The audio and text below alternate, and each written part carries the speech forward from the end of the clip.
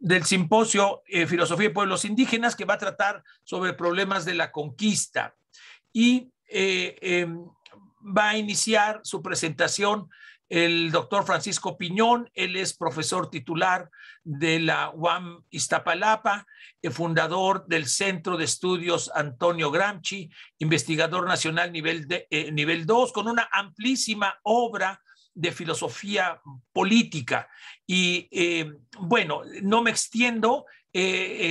También profesor de la Facultad de Ciencias Políticas, donde tuve la oportunidad de tomar varios cursos con él. Era el único profesor que enseñaba filosofía política y que a muchos nos motivó a seguir este sendero, de lo cual siempre le estaremos reconociendo. Muchas gracias, Francisco.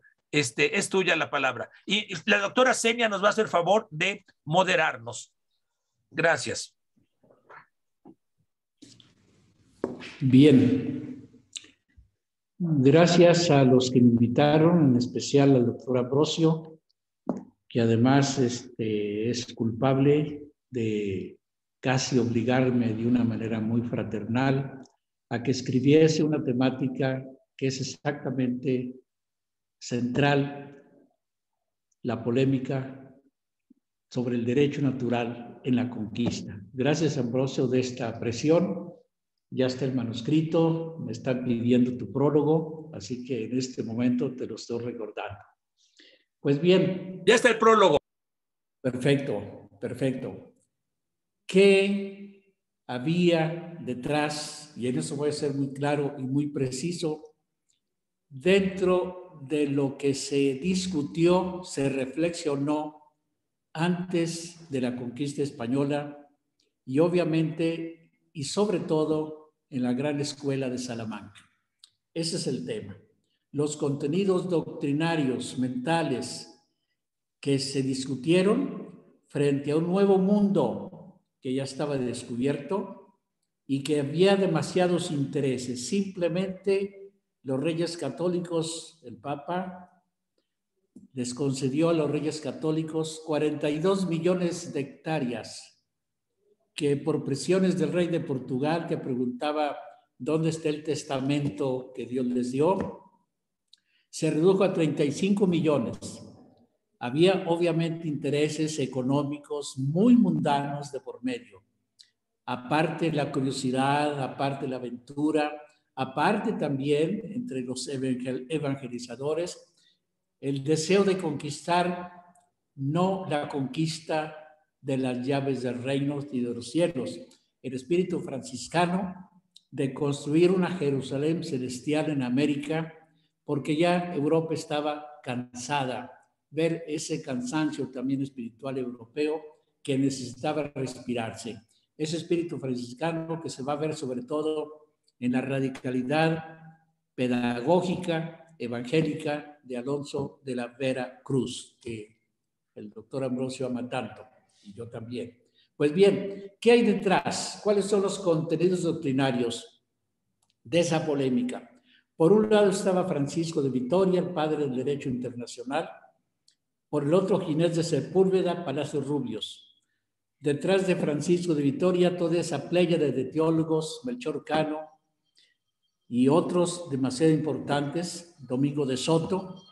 Y detrás de todo esto estaba el mensaje evangélico expresado por los padres de la iglesia. Por aquí voy a empezar. ¿Cuál era el contenido doctrinario que estaba y pesaba y se cargaba en las mentes de los que iban a discutir? En primer lugar, estaba la tradición aristotélica de que Aristóteles decía, sí, en la política, la virtud principal es la virtud de la justicia, pero una justicia no para todos. La justicia para los de la polis, el ateniense. El esclavo era una mercancía. El esclavo era ni siquiera un ciudadano de segunda, era simplemente un esclavo, un instrumento que habla. Uno podía salir, un ateniense, inclusive a cazar esclavos. Eso a veces se nos olvida en el pensamiento político de Aristóteles. Por algo Ginés de Sepúlveda dará a Carlos V de regalo la traducción de la política de Aristóteles. Y uno se puede preguntar maliciosamente, ¿y por qué no le dio la ética? Pues bien, se trataba en el cristianismo de dar otra nueva interpretación al contenido de bárbaro. El bárbaro para Aristóteles era no ciudadano, no podía fundar ciudades, no podía gobernarse, por lo tanto tenía que dominarse. Eso, el mensaje evangélico, el cristianismo, los padres de la iglesia no podían admitirlo según ese renglón evangélico del amor. ¿Cuál es ese renglón evangélico del amor? Primero el mandato de amar, de fraternidad universal.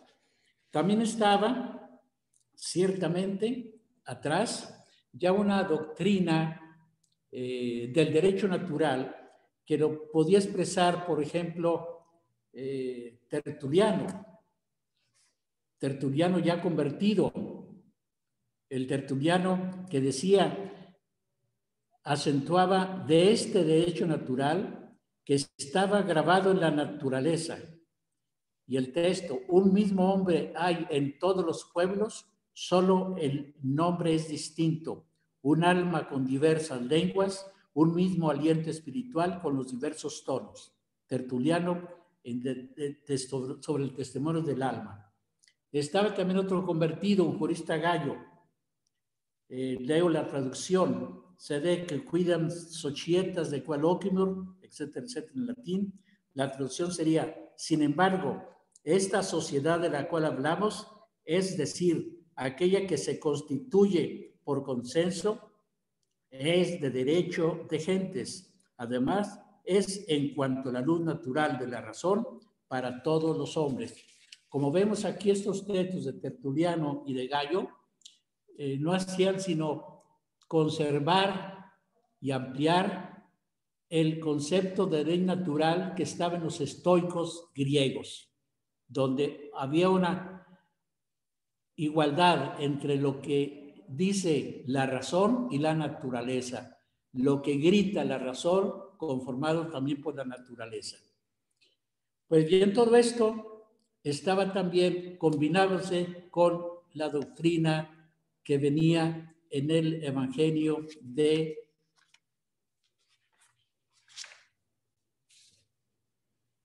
mandato.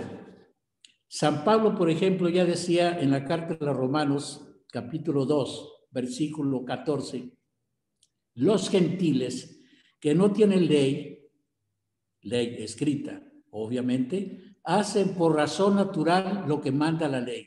Son para sí mismos ley. Aquí ya San Pablo, el mismo San Pablo, estaba dando la puerta abierta para la interpretación que va a hacer después Tomás de Aquino en el siglo XIII, de cambiar el concepto de bárbaro de Aristóteles ciertamente por tal vez un concepto de bárbaro, es decir, no necesariamente a la altura de la evolución intelectual, generacional del tiempo histórico europeo, pero ya había una interpretación nueva. San Pablo pues da de que el cristianismo, en otras palabras, no se puede imponer el bautismo, no hay obligación, y eso inclusive será la línea que van a seguir el Papa, sobre todo Pablo III, cuando va a defender a los indios de aquel tiempo, y también donde se iba a oponer Carlos V, que prácticamente mandó callar a Francisco de Vitoria, y vigilar también a los teólogos de la Universidad de Salamanca. Pues bien, ¿qué otros textos podemos nosotros tener? Sobre todo los que hablan de los padres de la iglesia. El Eclesiastés dice, el pan de los necesitados es la vida de los pobres. Privarlos de su pan es cometer un crimen. Quitar al prójimo su sustento es matarlo. Privarlo del salario que le corresponde es derramar su sangre. Estos textos de la Biblia, acompañados también de crítica de la riqueza del profeta Amós, porque pisoteáis al indigente y le quitáis la posesión de trigo. De Miqueas, vosotros que abandonáis el derecho y torcéis la rectitud, edificando con sangre a Sión y a Jerusalén con injusticia. Escuchad esta palabra, vosotros que oprimís a los pobres, que aplastáis a los indigentes. Lo mismo Isaías y Oseas. No es raro, por lo tanto, que Juan Crisóstomo, el gran padre de la Iglesia, que tiene una ingente producción y que ya tenía una excelente, como ya helenista también, convertida al cristianismo, formación griega, retomando este mensaje de crítica a la riqueza, mala vida, decía: dime, ¿de dónde te viene a ti ser rico? ¿De quién recibiste la riqueza? Y ese de quién la recibió. Y así lo mismo Ambrosio, San Ambrosio, que fue el motivo por el cual se convirtió Agustín de Hipona, aparte por su madre Santa Mónica, y también el vehículo, digamos, literario, inspirador de Cicerón, que le llevó también a poder entrar a la catedral y escuchar a San Ambrosio. Agustín de Hipona, aquí viene un texto que le va a gustar mucho al doctor Ambrosio. Dime, no es el texto de Juan Crisóstomo, el de Agustín es el siguiente: donde no hay verdadera justicia, no puede haber unión ni congregación de hombres, unida con el consentimiento del derecho, y por lo mismo tampoco pueblo, conforme a lo anunciado definición de Escipión y Cicerón. Y si no puede haber pueblo, tampoco cosa del pueblo, sino de multitud, que no merece el nombre de pueblo. Y por consiguiente, si la república es cosa del pueblo, y no es pueblo el que no está unido con el consentimiento del derecho, y no hay derecho donde no hay justicia, será donde se colige que donde no hay justicia, no hay república. En otras palabras, los padres de la Iglesia ya tenían muy claro que el mensaje evangélico obligaba, primero, a la igualdad de todos los hombres y, por lo tanto, solidaridad y fraternidad. El mandamiento central del amor no era creer en un Dios de ninguna manera, no era hacer ciertos ritos tampoco. Esos conllevan necesariamente en la vida humana y en la condición humana, es evidente, pero el mandato central era el amor, la fraternidad y la solidaridad.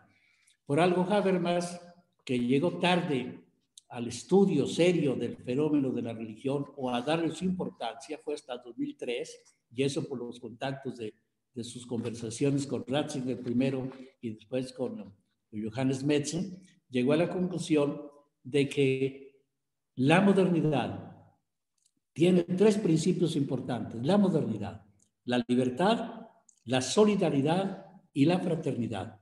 Y sin embargo, esos tres principios no son de la modernidad, son del pensamiento cristiano medieval. Y punto. Bueno, este acervo doctrinario llegó también a Tomás de Aquino. Y Tomás de Aquino ya daba, no leo los textos y nunca no vamos a terminar, ya daba de conocido de que la justicia implica necesariamente estar en la noción de derecho. Y la noción de derecho era para todos los hombres.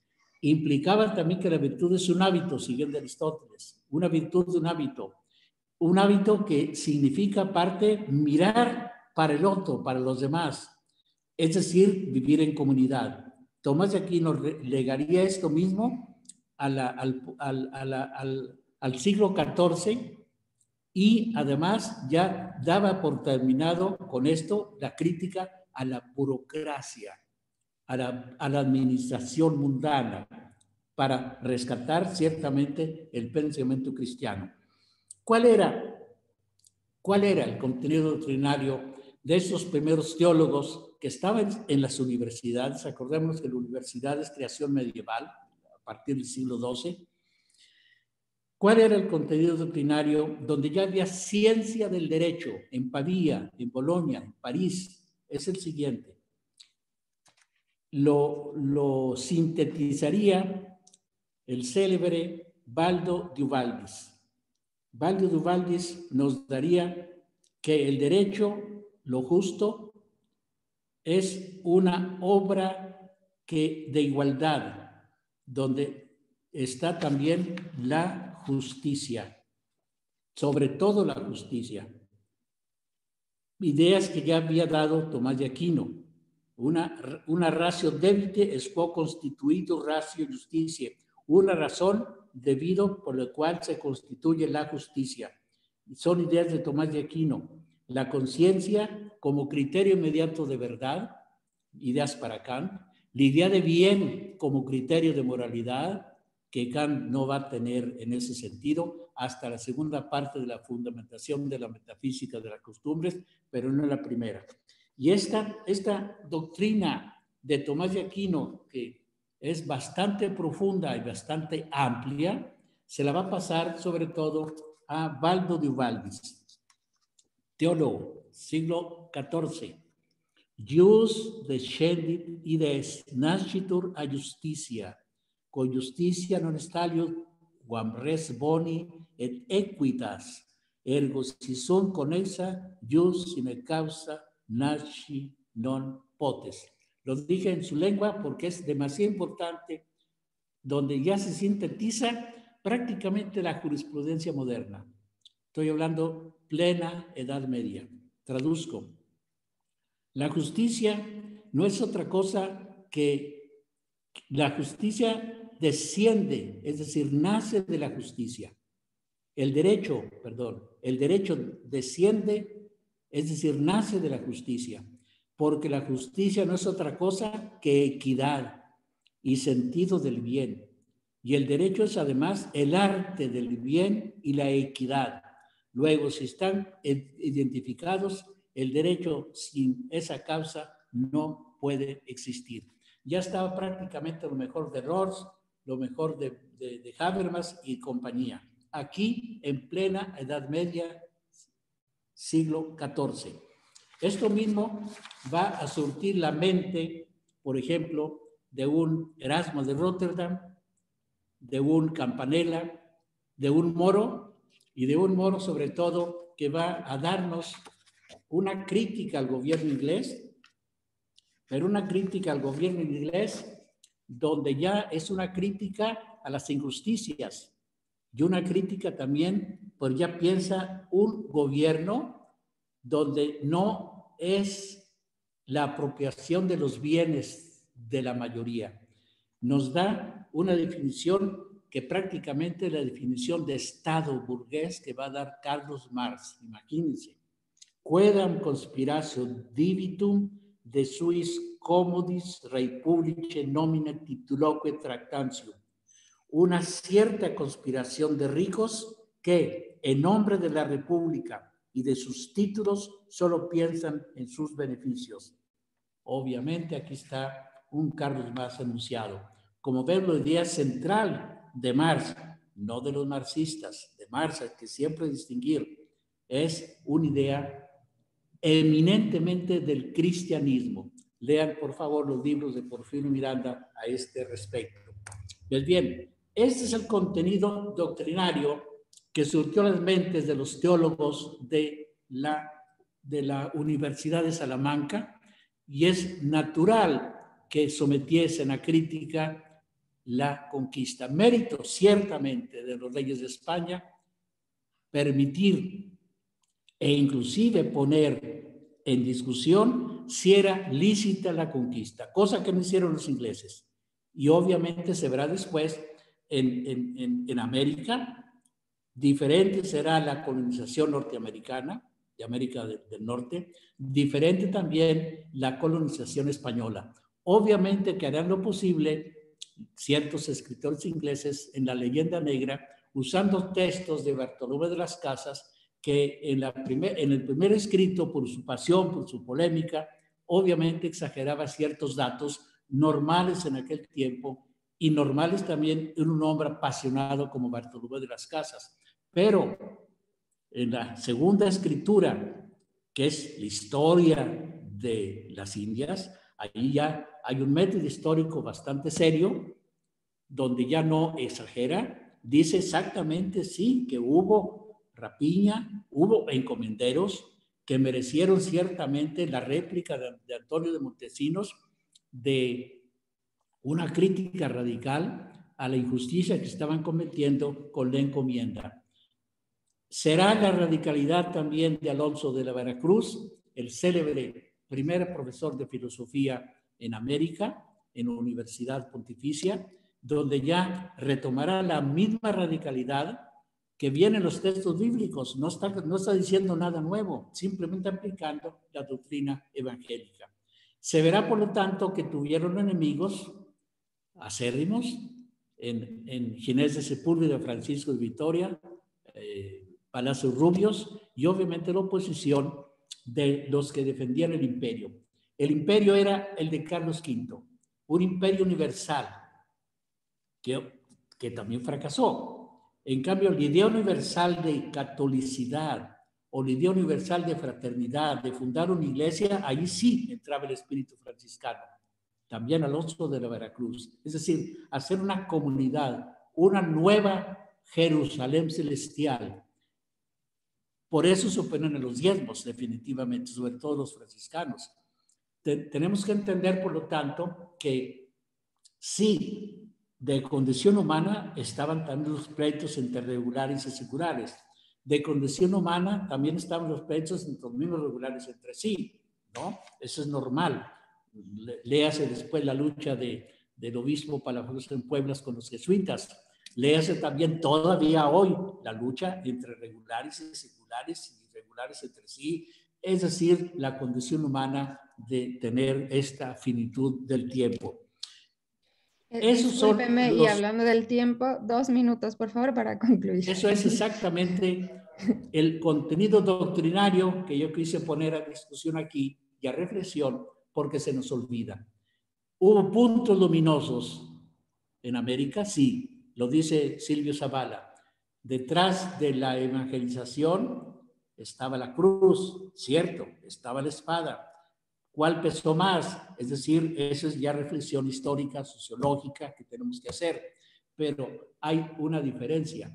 No es lo mismo hoy la forma mental de los pueblos latinos o iberoamericanos, o que salimos de la mentalidad española de los pueblos norteamericanos, léase, por ejemplo, el racismo de Donald Trump y compañía. Léase el racismo también de los grandes intelectuales, profesores ingleses liberales, que eran racistas, Adam Smith, James Mill, John Stuart Mill y compañía. Tenemos que hablar y que entró también, y aquí me callo ya, ese espíritu estoico, Marco Aurelio y Epicteto, y también Cicerón, de cierto elitismo y que lo mejor era la interioridad y que el mundo exterior corra de paso. Yo creo que son las ideas que yo quise exponer esta mañana. Gracias a ustedes, mis amigos, y gracias, doctor queridísimo Ambrosio Lasco. Espero el prólogo. Pues muchas gracias, doctor Francisco Piñón. Muy interesante su participación. Vamos a dejar los comentarios y las preguntas para el final de la mesa. Así pues, le doy la palabra a Alan de Jesús Rivas Ponce, quien nos presentará la ponencia Republicanismo y Comunidad de Naciones, el problema de la soberanía y los derechos subjetivos en la filosofía política iberoamericana del siglo XVI. El maestro Alan de Jesús Rivas Ponce es licenciado en Filosofía por parte de la Universidad de Guanajuato en 2015, maestro en Filosofía Contemporánea aplicada por parte de la Universidad Autónoma de Querétaro en 2018. Desde 2013 ha fungido como profesor de Humanidades y Filosofía en distintas instituciones de nivel medio superior y superior a partir de 2019. Actualmente realiza sus estudios de doctorado en filosofía en la Universidad de Guanajuato, con una tesis sobre filosofía política en torno a la problemática republicana dentro del contexto intelectual mexicano. Sin más, le damos la palabra y avisaré unos 2 minutitos antes para que puedas concluir. Muchas gracias, Genia, por la presentación. Y muchas gracias a los organizadores por la oportunidad, particularmente al doctor Ambrosio, que está aquí presente. Bueno, voy a leer mi trabajo, que es parte de mi tesis doctoral, que acaba de mencionar, sobre el republicanismo en México. Y en esta ocasión voy a hablar de la filosofía política del siglo XVI. Voy a comenzar. El presente trabajo tiene como finalidad presentar la problemática de la tradición republicana como teoría filosófica política desde la perspectiva iberoamericana. En particular, nos centraremos en presentar de forma general las principales tesis sobre libertad civil y soberanía de los pueblos originarios desde la filosofía política del siglo XVI, para la cual primero haremos una breve exposición de lo que se entiende por republicanismo contemporáneo, intentando buscar las ideas núcleo de esta tradición para posteriormente hacer un breve análisis de los pensadores y actores políticos de la famosa corriente filosófica jurídica denominada como Escuela de Salamanca, que es la que nos permite rastrear las tendencias republicanas respecto a sus propios temas, en compatibilidad con el multiculturalismo. Ok, introducción. Mucho se ha dicho sobre el resurgir de la teoría política republicana de las últimas décadas. En la mayoría de las ocasiones se presenta al denominado neorepublicanismo como la alternativa a las antípodas a los excesos del liberalismo conservador que intenta diluir a la sociedad en el individuo y de las tendencias más radicales del comunitarismo que pretende diluir al individuo en la comunidad. Sin embargo, pocas veces se intenta definir de manera precisa lo que se entiende por república y republicanismo. Es decir, dentro del creciente espectro de dicha corriente contemporánea se encuentran las más variadas posturas, lo que provoca el cuestionamiento de fondo sobre si dicha postura teórica tiene una autonomía epistemológica o nos enfrentamos a un sincretismo teórico, fruto de la crisis actuales de identidad política que buscaría justificar el amalgamiento de tesis sobre la libertad individual con responsabilidad ciudadana y en general el desarrollo de las virtudes cívicas sin tomar en cuenta las contradicciones internas. Ante dicho escenario, es importante mencionar el estudio que realiza Abril Uscanga Barradas en su libro Nuevas teorías en la filosofía política, republicanismo, liberalismo, comunitarismo, en donde trata de comprender cuáles son las ideas núcleo que caracterizarían a una teoría política como republicana, toda vez que pueda ser distinguida con suficiente delimitación con respecto a las posturas frontera del comunitarismo y el liberalismo, lo cual es prácticamente imposible al ser el republicanismo una ideología política bastante amplia en autores, teorías y épocas, que nace precisamente en contraste con el déficit social y cívico de la mayoría de las posturas liberales, pero manteniendo un estricto límite respecto a las garantías de libertad individual, por lo que se apartaría del comunitarismo. En términos generales, la república sería la forma de Estado opuesta a la monarquía y el republicanismo la forma de gobierno en ocasiones compatible con la monarquía y la aristocracia, pero cuya característica principal será la libertad civil respecto a la autoridad del Estado, y su fundamento se ubicaría en el consenso popular, ya sea por cortes, cabildos o cámara de representantes del pueblo. Bueno, el problema del republicanismo, pues como sabemos, es muy amplio, la doctora Abril hace un intento por delimitar las ideas núcleo, ¿no? Dentro de todas estas ideas núcleo, me permito leer una cita del libro antes mencionado para definir esta parte del republicanismo y pasar a la parte de la Escuela de Salamanca. Las ideas núcleo serían las siguientes. Respecto a la función del Estado, garantía de la libertad para asegurar los derechos de participación política. No niega los derechos individuales, pero no olvida que son prioridad los derechos asociativos y de participación. El individuo y su libertad es la fuente de toda obligación, pero siempre en pro y comprometido con la comunidad política. es imprescindible la obligación política, pero con fundamento en la moral individual. Entiende la importancia del mercado, pero condicionado por decisiones reflexivas de la comunidad política que garanticen algo que el mercado no pueda dar, es decir, que cada individuo esté en las condiciones participativas que exige la regla política. No solo tiene valor universal la vida, la integridad física, la libertad, sino que hay que universalizar los mecanismos de participación política a fin de que cada lugar, cada comunidad distribuya de acuerdo a lo que se decida. Reconoce la existencia del patriotismo, pero desde una perspectiva alejada del comunitarismo, un patriotismo con respecto a un patriotismo con respeto a la Constitución que proteja la libertad política. Reconoce la importancia del bien común siempre y cuando este no diluya al individuo. Para lograr este objetivo, el republicanismo se fortalece con la democracia participativa. Bueno, esas serían las ideas núcleo que tendrían todas las teorías republicanas, ¿no? Dentro de todas las corrientes, todas las variantes que hay. Comentando lo anterior, procederé a tratar el problema del republicanismo iberoamericano ante la problemática de los derechos de los pueblos originarios dentro del contexto expresado en el título del trabajo. 2. La Escuela de Salamanca.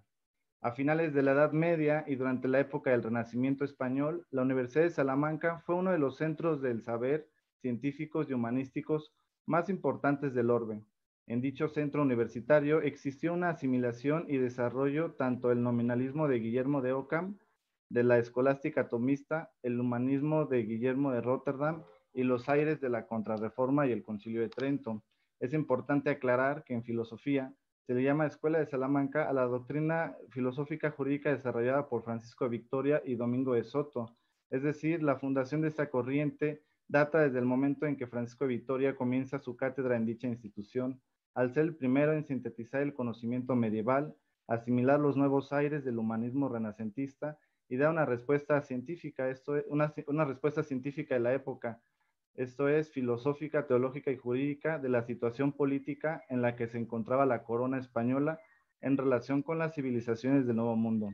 En resumidas cuentas, el pensamiento de Vitoria se distingue por desarrollar un justnaturalismo en consecuencia con las tesis tomistas y occamistas sobre el origen del poder político y civil, así como el tema de la libertad de conciencia. Voy a permitir, para cerrar esta idea, una breve cita de Mauricio Beuchot, sobre Francisco de Vitoria.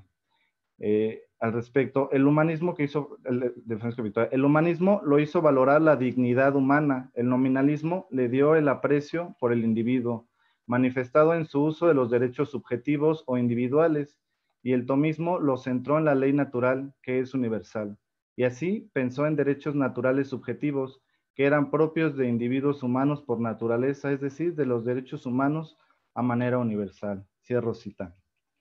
Sin embargo, a pesar de la originalidad de la doctrina de Vitoria, su posicionamiento final sobre los derechos de soberanía y libertad civil termina siendo ambigua, ya al respecto de los pueblos originarios, ya que los argumentos en contra de la legitimidad de la guerra y la posterior conquista los contradice él mismo en sus últimas reelecciones, para ser preciso en la sección tercera, donde plantea argumentos a favor, tanto teológicos, jurídicos y filosóficos, sobre la legitimidad de la declaratoria de guerra hacia los pueblos originarios, basados en argumentos denigratorios sobre la naturaleza de los nativos y por ende la justificación de la conquista del Nuevo Mundo.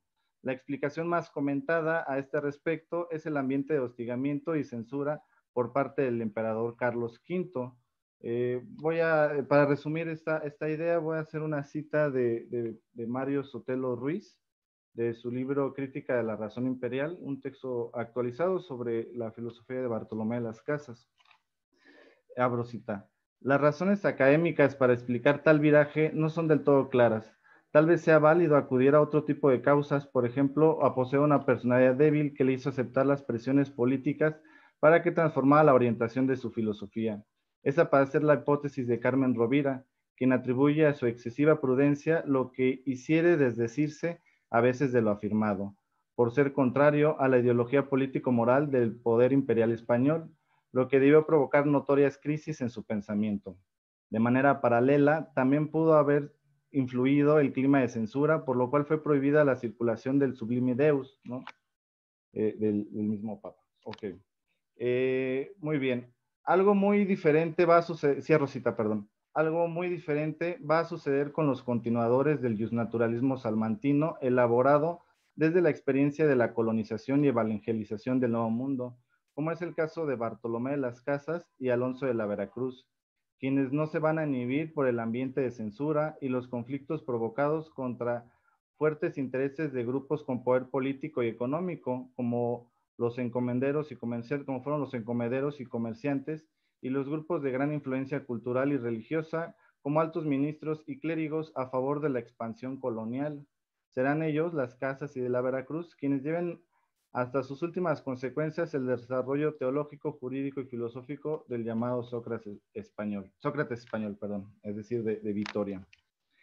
En este punto, es en este punto en donde debemos ubicar el trabajo del doctor Ambrosio Velasco, que como sabemos, dentro del mundo de la filosofía política iberoamericana, ha desarrollado el concepto de republicanismo multicultural a partir del estudio de una serie de encuentros y diferencias entre la tradición del humanismo cívico renacentista italiano frente a la tradición del humanismo hispano renacentista. Es importante recordar que los estudios sobre republicanismo contemporáneo surgieron en la década de los 70, en parte gracias al trabajo filosófico jurídico de John G. A. Pocock, quien recuperará y desarrollará el concepto de vita activa y lo engrosará con toda una interpretación de la filosofía medieval y renacentista, particularmente de la obra de Nicolás Maquiavelo y posteriormente el republicanismo atlántico, Harrington, Sidney y el debate norteamericano entre federalistas y antifederalistas, lo que se conoce como el republicanismo de la Escuela de Cambridge. En los estudios realizados por el doctor Ambrosio, destaca el contraste entre ambos tipos de humanismo renacentista. En el caso del italiano, tiene un desarrollo más cultural y artístico caracterizado por la revalorización de las potencialidades humanas. Ambos renacimientos comparten el rescate de la cultura griega y latina, empero, en el caso del renacimiento hispano, recuperan los ideales de la iglesia primitiva, como acabamos de escuchar en la ponencia anterior del doctor Piñón, y con su contribución principal, se caracteriza por ser un desarrollo estrictamente político y práctico, mientras que en el humanismo italiano Nicolás Maquiavelo desencaja con su teoría política las altas esperanzas puestas en la acción humana debido a una serie de condiciones donde destaca la habilidad de sortear la fortuna. El humanismo hispano, desarrollado por la Escuela de Salamanca, se distingue por dar una explicación hasta el momento inaudita en el derecho de gentes medieval sobre la relación políticas, culturales y comerciales y espirituales con los pueblos del Nuevo Mundo, en donde destaca el respeto a la humanidad y la cultura desde la diversidad. Y me permito hacer una breve cita del doctor Ambrosio para cerrar esta idea del renacimiento, del humanismo renacentista hispano. Es una nueva tradición que es una nueva tradición que ciertamente recoge conceptos religiosos, teológicos y antropológicos medievales referentes a una iglesia sin rígidas jerarquías, basada en una hermandad de todos los cristianos, y asimismo defiende ideas y prácticas republicanas vigentes desde Alfonso X. Pero también integra esta herencia medieval con una visión multiculturalista de respeto a la diversidad de civilizaciones que se pone de manifiesto en el descubrimiento del Nuevo Mundo. Y cierro cita. Quizá el primer hombre en desarrollar la filosofía en y a partir de lo que brindaba la experiencia del Nuevo Mundo sea Bartolomé de las Casas. La crítica de las casas a la conquista y explotación de los pueblos indígenas desemboca en una teoría de la soberanía tan poco medieval y sí muy novedosa. Bueno, lo que pasa con las casas siempre es un debate, ¿no?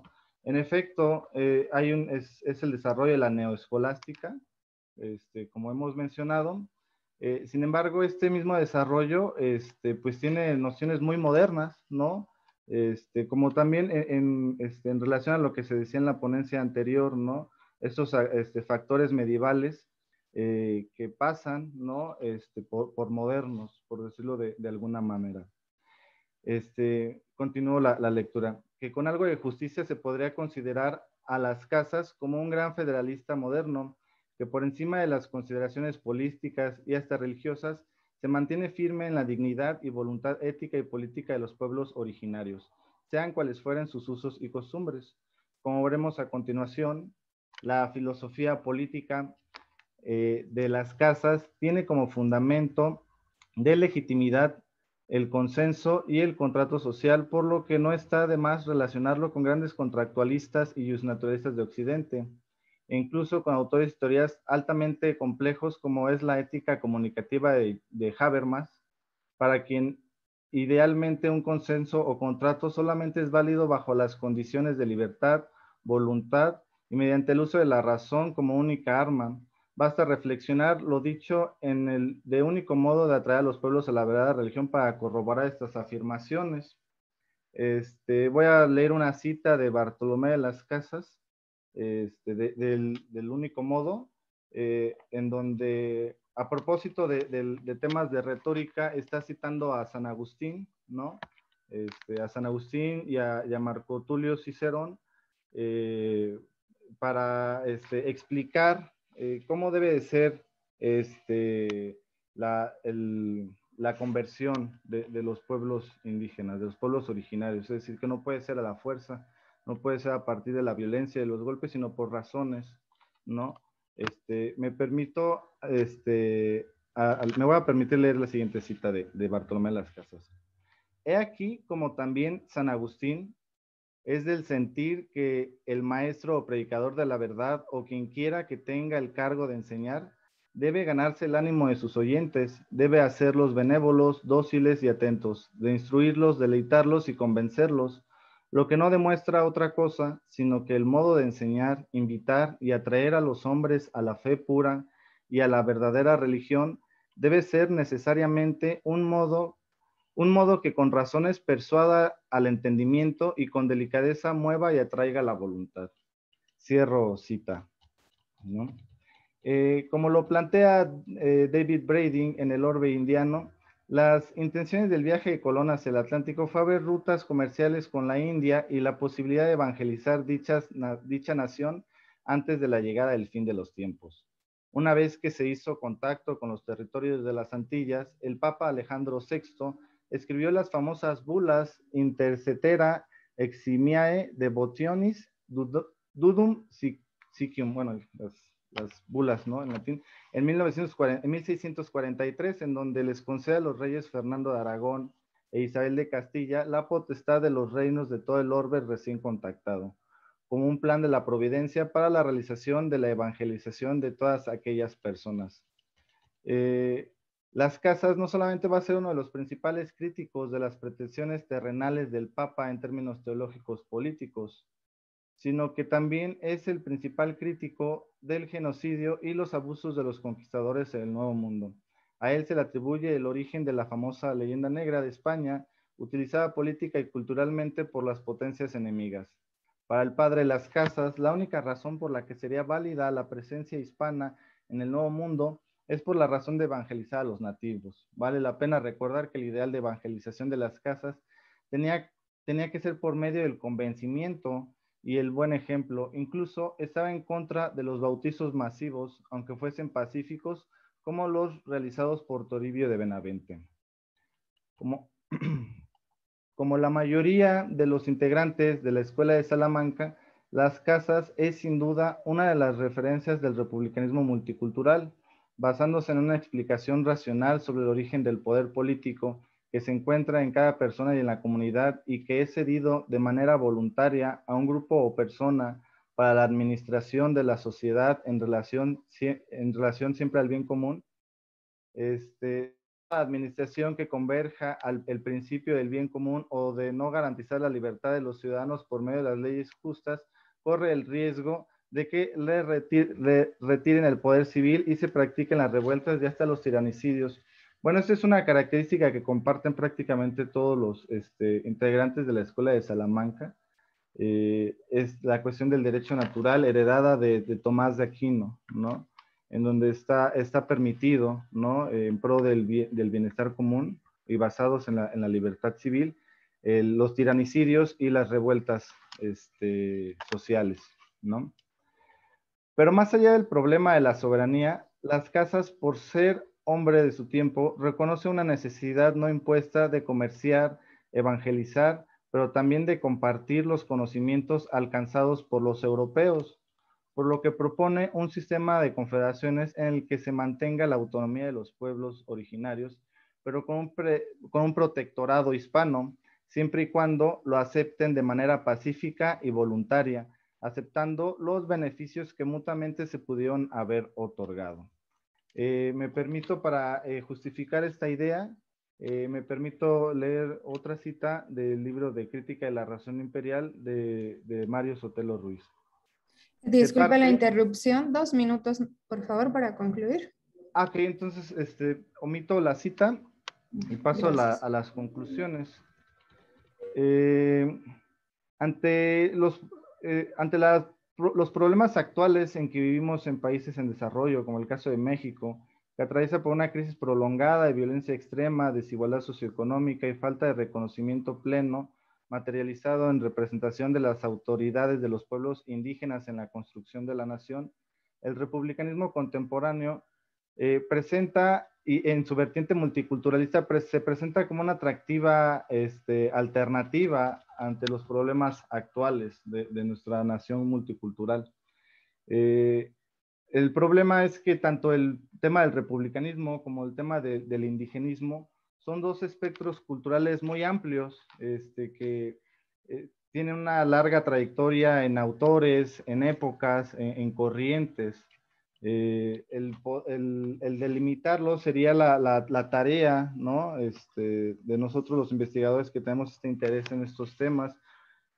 Por eso mismo, a mí se me hace muy importante el rescate que se hace de esta tradición republicana en Hispanoamérica, en Iberoamérica, como lo hace el doctor Ambrosio, desde la Escuela de Salamanca. En mi trabajo de tesis doctoral, yo no me pienso quedar en esta etapa. Mi objetivo es conectarlo, sobre todo con las teorías del siglo XVIII y del XIX, ¿no?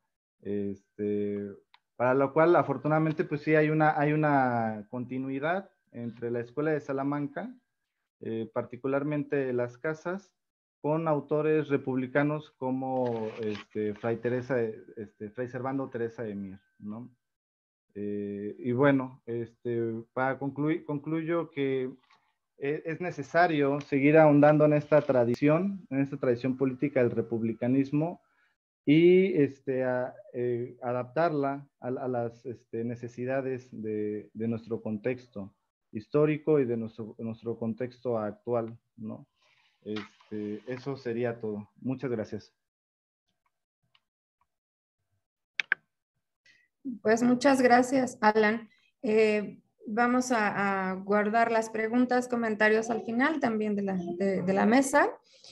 Vamos a dar paso a la presentación de Eduardo Quintana Salazar, quien presentará la cortesía indígena en Franklin o un ejemplo de filosofía comparada.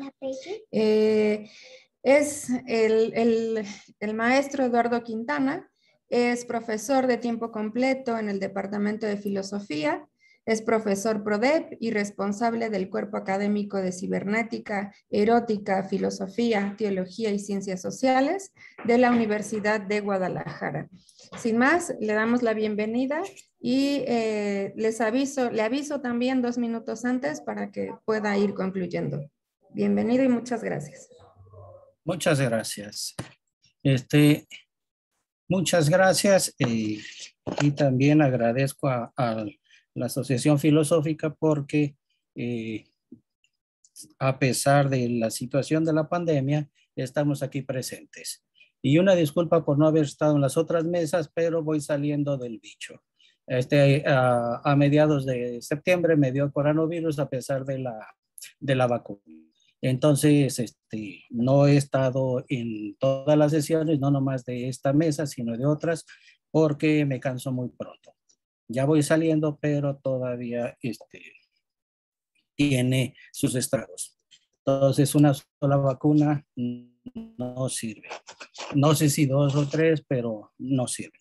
Pero bueno, lo que yo voy a presentar es parte de lo que mencioné del Congreso Iberoamericano de Filosofía que fue en México, que dije que la intención era rescatar el pasado, que para poder entender el pasado que ocurre en, este, en México y para entenderlo mejor, ahí mencionaba que la mejor manera es entenderlo desde mi familia, ya que mi familia es eminentemente una combinación mestiza muy compleja, de raíces indígenas, asiáticas, africanas, blancas y de distintas regiones del país. Entonces, en la medida en que más investigo mis raíces, entiendo más la situación que vive México y sobre todo felicito que se sigan haciendo estas mesas sobre pensamiento indígena. Y ojalá que los conceptos que se viertan de ahí, de estas comunidades, sirvan para la incorporación al lenguaje filosófico, ya que hemos caído en una trampa. La europeización de la filosofía, como por ahí bastantes autores lo refieren, y eso lo tengo presente porque hace poquito estaba leyendo un libro sobre filosofía comparada de la India con Europa, y la queja número 1 es que la europeización de la filosofía es el principal desmérito contra la filosofía de la India. Lo extendemos y eso ocurre en todas partes del mundo. Y pues también en otro evento a fines de este mes voy a hablar, y ahí sí puse el título de El pecadillo filosófico, que tuve que checar en Kant el texto en alemán para ver que sí lo decía la traducción, y entonces el peccatum philosophicum, peccatillum o bagatelle, que no es otra cosa que la justificación de los filósofos para que un estado que se dice superior pueda devorar a un estado pequeño, con minucia fácilmente excusable si eso da mayor fuerza al estado conquistador y supuestamente crea un mundo mejor. Entonces, quiero hacer referencia también aquí sobre el pecado filosófico. El gran problema de la tradición, en este caso de lo que llaman filosofía mexicana, latinoamericana, según mi apreciación, es que seguimos reproduciendo ese pecadillo filosófico desde hace 500 años, y obviamente mi sugerencia es que ya no sigamos reproduciendo ese pecadillo filosófico. A lo mejor la europeización de la filosofía va a seguir y va a seguir rifando por mucho tiempo, pero eso pues ya depende de las nuevas generaciones y los que sigan justificando dichas acciones. Aquí no voy a entrar en debate de si es filosofía lo indígena, sino, etcétera. Yo solamente ahorita voy a empezar a hablar que Castillo de Bobadilla en 1598, cuando hace una justificación jurídica sobre las leyes de España, empieza con una introducción donde cuestiona muy seriamente el origen de la política. Y lo primero y una de las cosas muy importantes que menciona es que dice, mientras la política esté arraigada en la tradición griega y completamente Platón y Aristóteles, todas las demás formas de gobierno u otras opciones de gobierno serán descalificadas. Por lo tanto, las 4 formas de gobierno de las que habla Aristóteles o la anarquía de la que habla Platón son las que rifan, dice Castillo de Bobadilla. Por lo tanto, otras formas de gobierno automáticamente se descalifican por principio de autoridad, porque ellos no lo citaron, entonces no existe. Y entonces se las achacan a fábula de poetas o historias o historietas que hablan de otras formas de gobierno y que son impensables. Entonces ahí dice Castillo de Bobadilla, pero si hacemos a un lado la tradición, entonces tendremos otras opciones. Pero como menciona que eso es un juego, una imposibilidad, entonces pues se va a quedar con la tradición, digamos, de origen griego, con esas formas de gobierno, y entonces no hay otras. Y entonces en ese afán de tratar de entender a los pueblos indoamericanos, pues vuelvo a repetir, el afán fue empezar a tratar de conocer la historia de mi familia, y entonces eso me ha llevado a entender muchas cosas y a poder citar a la India María. perdón por no citar grandes filósofos. La India María que siempre decía en algunas películas que no era de aquí ni de allá, no era ni Juana ni Chana, dando a entender que no pertenecía ni a una u otra cultura, o estaba en una cultura o un modo de vida que no le pertenecía y al que se tenía que adaptar. Así le pasó a mis abuelas, y que de paso nos enseñaron nos ocultaron muchas cosas de la tradición indígena para no ser humillados, no ser maltratados racistamente, etcétera, etcétera. Y entonces ya pues mucha de la descendencia de 70, 50 años para acá, pues muchos ya no aceptan dentro de la familia, dentro de la familia extensa repartida en varias partes del país y de Estados Unidos, pues simplemente no se reconocen ya los raíces indígenas. Entonces estamos trabajando, mi prima que es maestra normalista y yo, en las raíces asiáticas y africanas de nuestra familia, ya que digamos la parte criolla pues es más conocida, y en la indígena pues también ya la tenemos más identificada y conocida. Entonces, en ese Congreso Iberoamericano yo mencionaba que sí estoy de acuerdo con la India María, porque hay cosas que simplemente, aunque haya convivido con mis abuelas, aunque haya convivido y convivo desde hace muchísimos años, casi toda mi vida con comunidades indígenas, simplemente no los entiendo, y pues no entendía yo a mis abuelas, y lo primero que me decían es, cuando yo empezaba a hacer preguntas que ahora entiendo que son muy racionalistas, pero que dicen que son muy científicas, se cansaban, les dolía la cabeza y me corrían.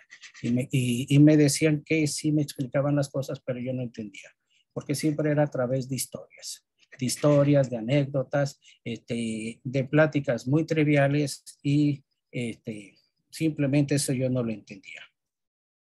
Pues bueno, eso me ha llevado también a buscar el origen del mito Colón, que para mí es un mito. Me ha llevado a leer bastantes textos del siglo XV, XVI, también del XVII, pero luego hablaré de ese asunto porque no estoy de acuerdo con el mito Colón. Pero es lo que rifa en la europeización de la filosofía y de la tradición que le llaman americana. También en el Congreso Iberoamericano mencioné que no estoy de acuerdo en defender nuestra América, porque concuerdo con Sor Juana Inés de la Cruz que decirnos americanos es llorar nuestra derrota ante una cultura que estamos en ella, o estoy en ella, y estoy con los Beatles, ABBA y muchas cosas, pero sin embargo no, cuando anduve por las Europas me di cuenta que no era europeo. Y cuando estoy por los distintos territorios de México me doy cuenta que eso de ser mexicano es un mito, porque de repente no soy tarahumara y no los alcanzo a entender, aunque estoy con ellos, o estoy con tzotziles, Tenec y de otras comunidades, y simplemente no soy. Estoy en la ciudad y me doy cuenta que tampoco pertenezco a mi ciudad. Entonces, por eso es que cité a la India María.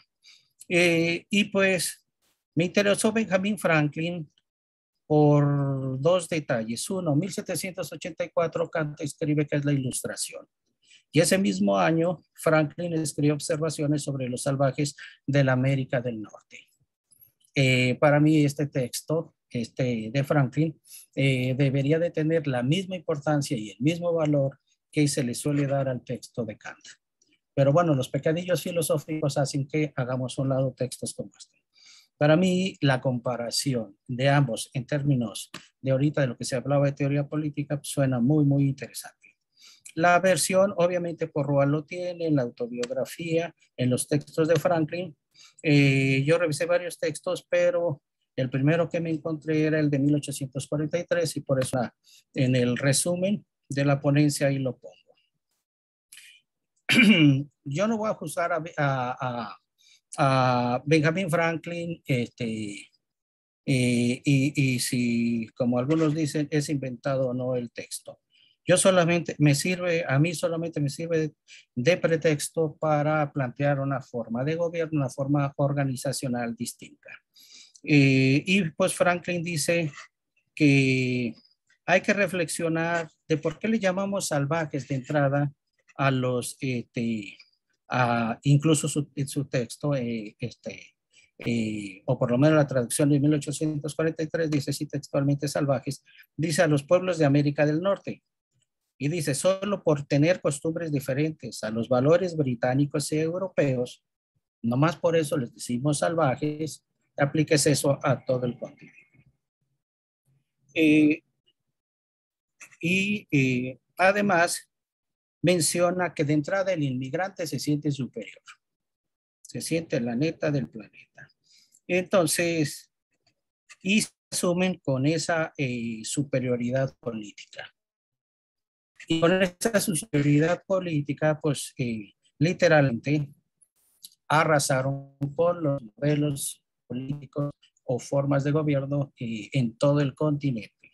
Y lo que decía en ese sentido, yo no me considero americano, no sé si sea del habitante de las antípodas, de la náhuatl, o no sé cómo se llame o cómo se llamaba aquí antes, pero yo no me considero americano. Porque no estoy dispuesto a llorar, como decía Sor Juana, nuestra derrota. Y pues después de 500 años, muchísimas culturas, aunque sean ya mestizas y fusionadas, existen, entonces no hay una derrota. América es una invención, como dijo Gorman, y en esa invención yo no quiero entrar en ese juego. No sé cuál sea mi juego, ni a dónde me va a llevar, pero yo no entro en ese juego. Bueno, Franklin también dice que hay que confrontar al interlocutor salvaje con la tradición europea, y no tanto para ver quién tiene la tradición moral y política más grande o superior, sino para tratar de entender que Europa también tiene restos de barbarie, también es bárbara como cómo se le achaca y se le juzga a otros pueblos, y por lo tanto no debería de juzgarlos con dureza. Pero eso sigue vigente. Entonces los pueblos nativos, menciona Franklin, no son salvajes. Enseñan a sus jóvenes como cazadores y guerreros, que al llegar a cierta edad pasan a cumplir funciones de consejeros, pues se rigen por juicio de sabios, que hoy se dice consejo de ancianos. Ahora, en esta forma de gobierno, se resalta al hablar de estas comunidades, básicamente, Franklin se está refiriendo a la Liga de las Naciones Iroquenses, que ya para su tiempo ya eran 5 naciones, ya eran 6 naciones, que se conoce como la Liga de las Naciones Iroquenses. Y esa liga a mí me llama mucho la atención por muchos motivos. Y pues el más importante es que en esa forma de gobierno de la Liga Iroquense es que las mujeres juegan un papel muy protagónico, como también lo rescataba Clavijero en la historia de la California, en California y en tierras de más arriba. Y que eso, si lo aplicamos a leer los Huehuetlatoli, las funciones de la mujer en términos políticos y sociales no estaban restringidos a lo privado, sino que tenían funciones públicas muy importantes. Lo que me he encontrado al buscar cosas sobre las Indias Orientales es que en África también las mujeres jugaban papel muy protagónico, en las Indias, en las Filipinas, pero la europeización del mundo, ustedes sabrán, se le llama la europeización, cristianización, como quieran, o todo junto revuelto, le va quitando autoridad social y política a las mujeres en distintas regiones del mundo. Y de paso va cambiando los modos culturales de todos los lugares donde se van metiendo. Por eso no me gusta hablar abiertamente de identidad, porque no estoy convencido.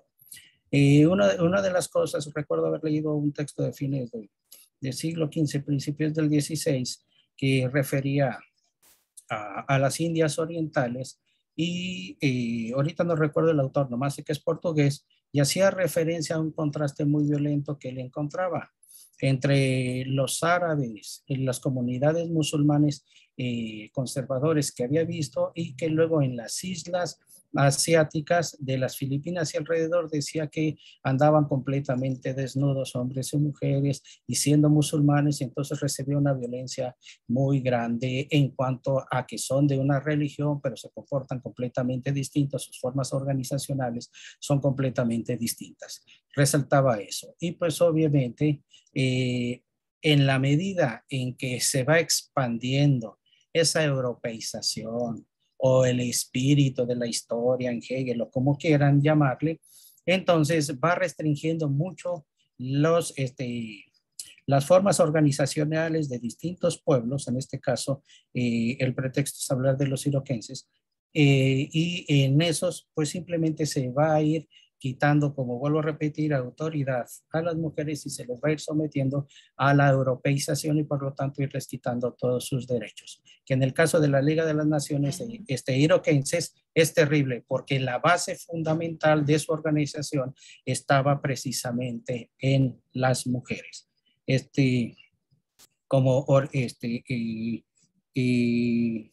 No lo voy a alcanzar a decir. Sí, disculpen la sí. interrupción. 2 minutos, por favor, para concluir. Gracias. Bueno, lo voy a mencionar así rápidamente. La mujer jugaba un papel muy importante en la cultura iroquense. Es más, es el papel más importante porque en la Liga de las Naciones había 50 hombres que eran los consejos de ancianos, o sachems, que eran elegidos por las mujeres. Las mujeres elegían a sus jefes, la mujer regía la economía local, decidía el matrimonio, heredaban, elegían a sus gobernantes, eran las proveedoras de los alimentos, ellas elegían si se iba a la guerra o no, si los jóvenes y niños deberían de participar en la guerra o no, y entonces el poder de los hombres, como mencionan algunos antropólogos, le pertenece al hombre solamente cuando ya estaba en el bosque, ya que en la comunidad la autoridad total era de las mujeres eran las que heredaban, y el papel de la mujer es muy importante, pero la corona inglesa les quitó autoridad. Y se justifica diciendo que el rey de España va a poner a los agentes o jefes, y que ya las mujeres no tienen papel. El tiempo se fue, y pues obviamente yo aquí termino porque así como el doctor Francisco dijo cosas muy interesantes, el doctor Ambrosio también, entonces yo aquí le paro. Buen día. Pues muchas gracias. Vamos a dejar los comentarios para los últimos minutitos ajustados que tengamos, pero muy interesantes las discusiones hasta ahora realizadas. Vamos a ceder la palabra al doctor Ambrosio Velasco con su ponencia Razón y Justicia de los Pueblos Originarios frente a la Conquista, el Imperio y el Estado Mexicano. Muchas gracias. ¿Qué les puedo decir del doctor Ambrosio? Quien ha coordinado y organizado este simposio. El doctor Ambrosio Velasco es doctor en Historia y Filosofía de la Teoría Política por la Universidad de Minnesota. Es miembro del SNI desde 1991.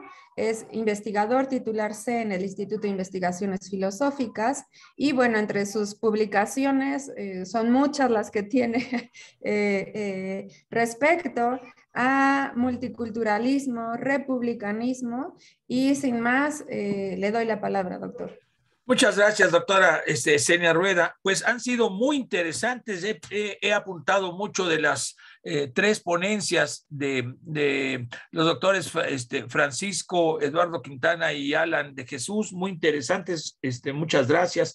Y de una vez les digo, el desarrollo de este simposio pues me ha entusiasmado mucho, y creo que vale la pena hacer una publicación con los trabajos presentados. Y no se los había comentado, no lo había comentado antes, pero como es la última mesa, Yo intentaré recopilarlos y por ahí tengo algunos recursos, pero que tengo que ejercerlos pronto, es el problema. Y entonces yo les pediría que si tienen oportunidad de enviarme si quieren y tienen oportunidad de enviarme sus trabajos para, digamos, de no más de una extensión de 20, 25 cuartillas a doble espacio para que pueda arreglarlos, yo les agradecería mucho que lo hicieran, pues, digamos, en los próximos 15 días, en el transcurso. Es que si no, me levantan la charola, ese es el problema, ¿no? Y entonces, viendo que tengo por ahí unos recursos, al menos una publicación electrónica quisiera hacer, ¿no? Ya lo he comentado con la doctora Xochitl, y sería una publicación por parte de la Asociación Filosófica, y un proyecto mío que por ahí tengo. Bueno, ese es... Voy a, desde luego, mandarles un correo más con más especificaciones, pero pues me entusiasma mucho sus presentaciones y me da mucho gusto estar con ustedes. Realmente, después de las ponencias, lo presentado por Eduardo Quintana para mí es muy novedoso, me interesa mucho. Qué bueno, Eduardo, como siempre, rescatando documentos perdidos y sacándole mucho jugo. Recuerdo lo que hiciste, algo parecido, con un texto sobre enseñanza y formación de príncipes, recordarás, de la colonia allá creo que fue en Morelia, si no me equivoco, ¿no?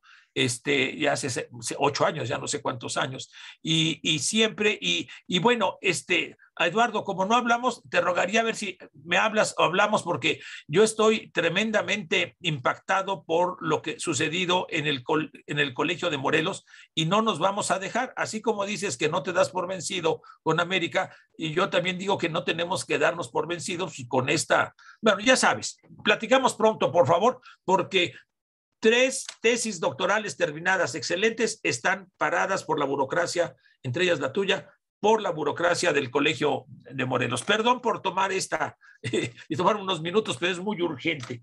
Bueno, así que tienes mi teléfono, cuando quieras me hablas y platicamos. Miren, yo voy a resumir mucho porque tanto la ponencia de Alan de Jesús, que me pareció muy interesante, muy sistemática, como la de Francisco Piñón, que descubre todo un conjunto de antecedentes desde la teología, desde el pensamiento religioso cristiano, desde el cristianismo. Me parece un enfoque muy novedoso, sinceramente, Francisco, por eso te he insistido tanto, y te mando el domingo el prólogo. El lunes, el lunes, porque el domingo no voy a estar. El lunes tienes el prólogo, porque ya lo tengo muy terminado. Muy terminado, no, muy avanzado, discúlpame. Miren, yo voy a compartir rápidamente 2, 3 láminas, no más, de un PowerPoint, si me permiten. ¿Cómo comparto, Senia? Compartir pantalla, ¿verdad? Coimpartimos, Senia y yo, un curso, y Senia me saca de todos los aprietos, porque entre muchos analfabetismos, pues está el de estos recursos. Compartir. Y yo ahora, ¿qué compartir? No, ¿verdad? Nada. Ay, Dios mío, no, esto no. Salir, deja de compartir. Entonces, otra vez, compartir pantalla y le pico lo que quiero compartir, ¿verdad? Exacto. Gracias. Eso es, esta es. Entonces, desde luego no voy a llegar a esto. Miren, primero les presento las tesis principales de lo que quisiera sostener, y después voy a glosar muy rápidamente, porque quiero dejar tiempo, por lo menos unos 15 minutos, ya que nos podemos ir hasta el 5 para las 11, quiero dejar tiempo para los comentarios y discusión. Lo que yo sustentaría respecto a esta idea es que las concepciones de justicia están siempre vinculadas a ciertas concepciones de la racionalidad, y en relación al conflicto sobre la conquista y sus repercusiones posteriores, pues no es una excepción, por el contrario, hay una racionalidad propia en cada una de las visiones encontradas. Desde luego, reconociendo que hay una enorme multiplicidad de posiciones y concepciones en torno a la conquista, distingo 3 principalmente, ¿no? Digamos, si podríamos hacer esa idea de tipos ideales weberianos respecto a esas posiciones, lo haría de la siguiente manera. Una posición, esta A y B, que ya han sido expuestas tanto por Francisco como por Alan, ¿no? La visión desde el poder imperial, A veces le llamo humanismo imperial, y creo que hay argumentos para sustentarlo, pero me resisto a llamarle humanismo, aunque no tengo argumentos contundentes por el cual no llamarle humanismo imperial. Lo que denomino humanismo republicano de contrapoder, que Alan, gracias por las consideraciones y referencias a Alan, y lo ha expuesto ampliamente, con base en los textos directos de Bartolomé de las Casas, quizás yo insisto un poco en Alonso de la Veracruz, y desde luego la posición de la Escuela de Salamanca que ha expuesto Francisco, no me voy a extender mucho, y también distinguiría una tercera posición que no se destaca y que es coincidente y yo diría inspiradora del humanismo republicano, que es la resistencia indígena. Bueno, la segunda tesis es que la posición A, crítica a la conquista y al imperio, y la C, la resistencia indígena, dio origen a una tradición humanista republicana que se desarrolló en México como un pensamiento nacionalista indianista. Aquí distingo el concepto indigenista de indianista, retomo esta distinción de Rodolfo Staffenhagen. Indianista es tomar la posición desde la perspectiva de los indígenas, de los pueblos originarios, y indigenista es tomar la posición desde los externos a los pueblos originarios e imponer una concepción sobre ello, siguiendo el concepto de Luis Villoro. Entonces, por eso digo nacionalista, indianista, republicano y anticolonial desde el siglo XVII hasta la independencia. La posición imperialista se transformó en una ideología dominante. Mi tesis es que es la antesala de la modernidad, y sobre todo posteriormente en el Estado mexicano después de la independencia. De una vez, como no, voy a ver hasta dónde llego. Por favor, me paras cuando lleve 15 minutos. Bueno, para sí, que doctor. yo concluya. Sí. No 20, sino 15, por favor. Ok, sí.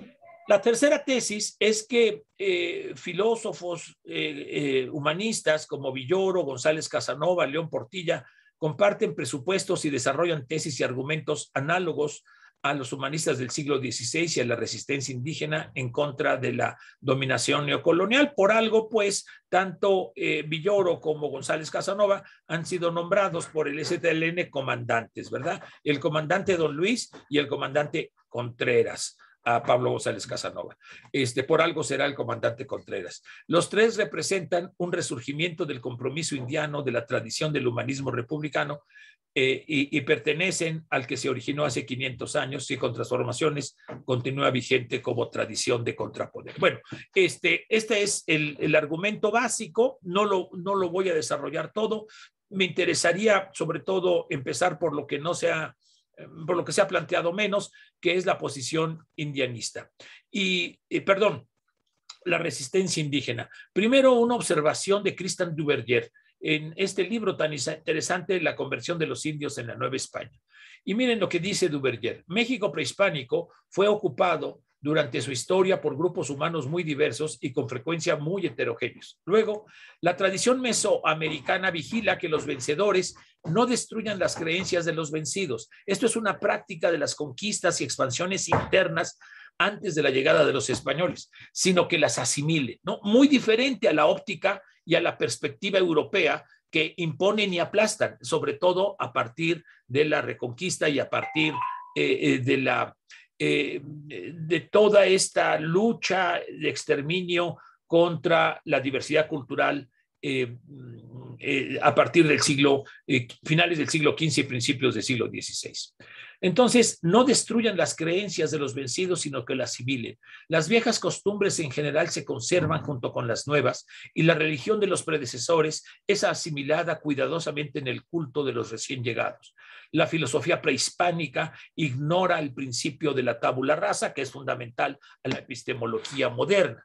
Y esta observación de Duverger me parece muy importante, porque es lo que fundamenta la perspectiva, ¿verdad?, de cómo los vencidos hacen de tripa corazón, es decir, convierten su derrota militar en una fortaleza y en un triunfo, vencen intelectualmente, culturalmente, moralmente.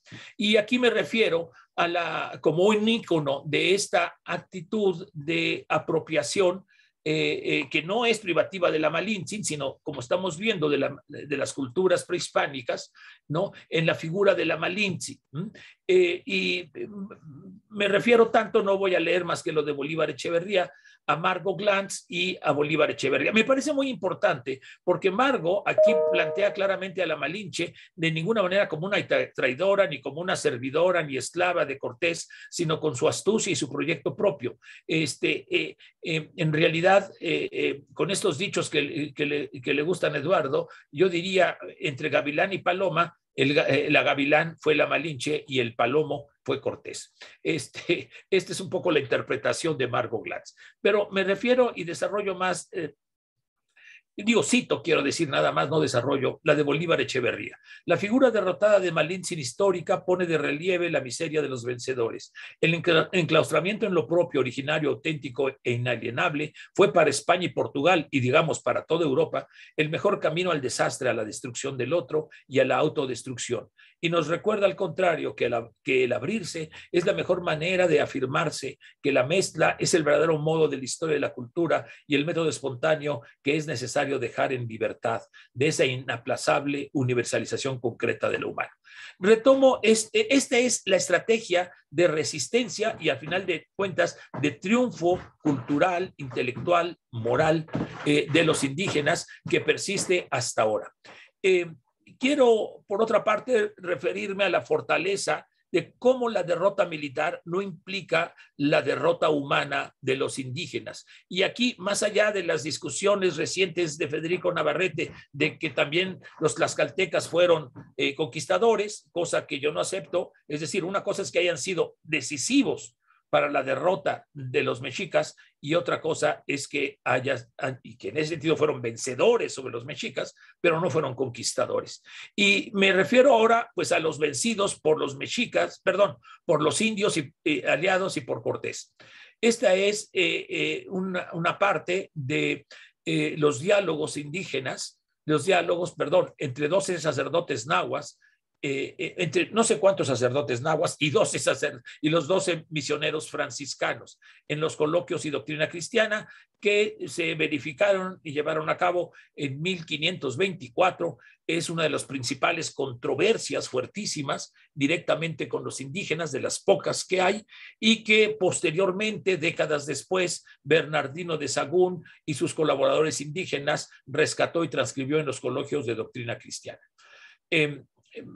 Hay dos citas. Habéis dicho, dicen los nahuas, que no son verdaderos dioses los nuestros. Nueva palabra es esta la que habláis, y por ella estamos perturbados, por ella estamos espantados, porque nuestros progenitores, los que vinieron a vivir en la tierra, no hablan así. En verdad, ellos nos dieron su norma de vida, tenían por verdaderos, servían, reverenciaban a los dioses. Y sigue más adelante. Por lo tanto, no podemos estar tranquilos si ciertamente no lo seguimos. Eso no lo tenemos por verdad. Fíjense cómo aquí hay una afirmación epistémica, racional. No nos convencen sus argumentos, ¿no? ¿Por qué? Porque tenemos toda una tradición, un arraigo, una historia con nuestras deidades. Eso no lo tenemos por verdad. Aun cuando os ofendamos, es ya bastante que hayamos dejado, que hayamos perdido, que se nos haya quitado, que se nos haya impedido la estera y el sitial. Comenta León Portilla, aclara, el mando. Haced con nosotros lo que queráis. Esto es todo lo que respondemos, lo que contestamos. Bueno, déjenme saltarme, ya voy a terminar porque no hay tiempo y además ya fue expresado en buena medida. Ay, espero que no me... esto. Tiene los 5 minutos. Gracias. Sí, ya voy a terminar nomás para concluir, ¿no? Lo que quiero mostrar es cómo esta visión de los indígenas directos que están resistiendo es una componente, no la única, de los antecedentes de la Escuela de Salamanca, ciertamente es fundamental, de los antecedentes del pensamiento cristiano, sobre todo del pensamiento basado en el amor y la fraternidad, es fundamental. Todo esto es fundamental, pero ya lo desarrollaron mis colegas. Y yo lo único que quiero rescatar es esta otra dimensión indígena, directa, que rescatan pues grandes criollas, ¿no? Y criollos. Para mí Sor Juana es una de las figuras más eminentes de toda la filosofía y el humanismo iberoamericano, y me debería decir mundial. Déjenme referirme y simplemente mostrar cómo se rescata esta visión, esta razón y esta concepción de justicia que hemos visto en los coloquios de doctrina cristiana. Este es un pasaje del de la loa al auto sacramental, el divino Narciso. Si el pedir que yo no muera y el mostrarte compasiva es porque esperas de mí, perdón, es que lo tengo que contextualizar, discúlpenme, es un diálogo, esta loa es un diálogo entre una pareja de indígenas que se llama América y Occidente. Sor Juana nos recuerda que Occidente es América, y no lo es Europa, que América está al occidente de Europa. Y es América y Occidente. América es una India bizarra, y Occidente es un guerrero, un rey, ¿no? Un rey guerrero. La otra pareja es la religión cristiana y el conquistador, que se llama celo, se llama religión y celo. Y entonces responde América a la religión que intercede ante el conquistador, que no extermine a los indígenas, que los necesitan vivos, ¿no? Para evangelizarlos, para educarlos, en fin, toda esta justificación que hace, por ejemplo, Vasco de Quiroga de la conquista y del imperio. Entonces contesta América. Y esto quiero simplemente compararlo con lo que acabamos de leer de los diálogos de doctrina cristiana, y con esto termino. Si el pedir que yo no muera y el mostrarte compasiva es porque esperas de mí que me vencerás altiva, le está hablando a la religión, como antes con corporales, después con intelectivas armas, después de la derrota militar, después del exterminio, viene la cruz y viene la predicación.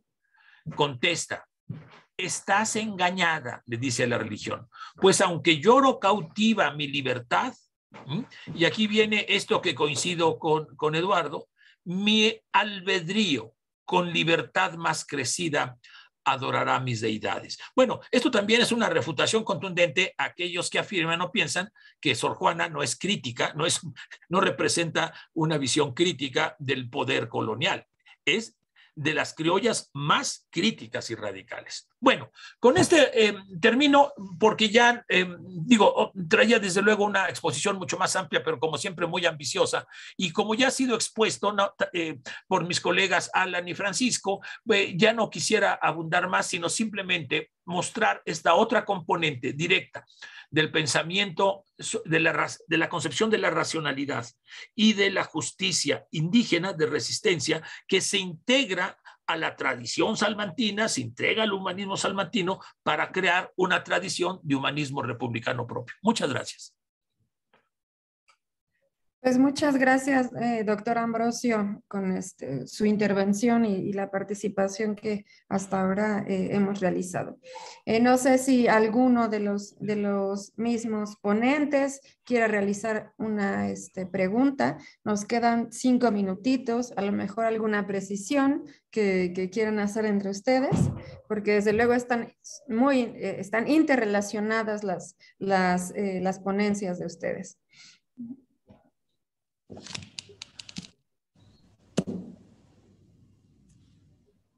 No hay preguntas en el chat, pero Francisco sí quiere hablar. Sí, Francisco, sí, adelante. Adelante, Francisco. Tal vez no precisión, pero sí un paréntesis.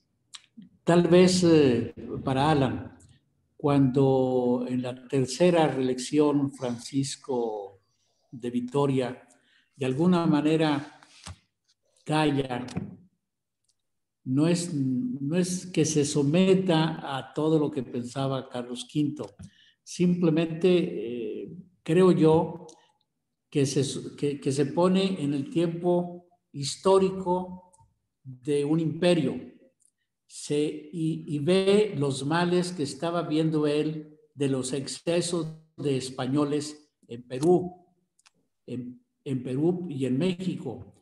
Tal vez él dijo, bueno, pues en este momento trato de callarme, no de someterme, porque en sus cartas privadas seguía defendiendo obviamente todo lo que había escrito.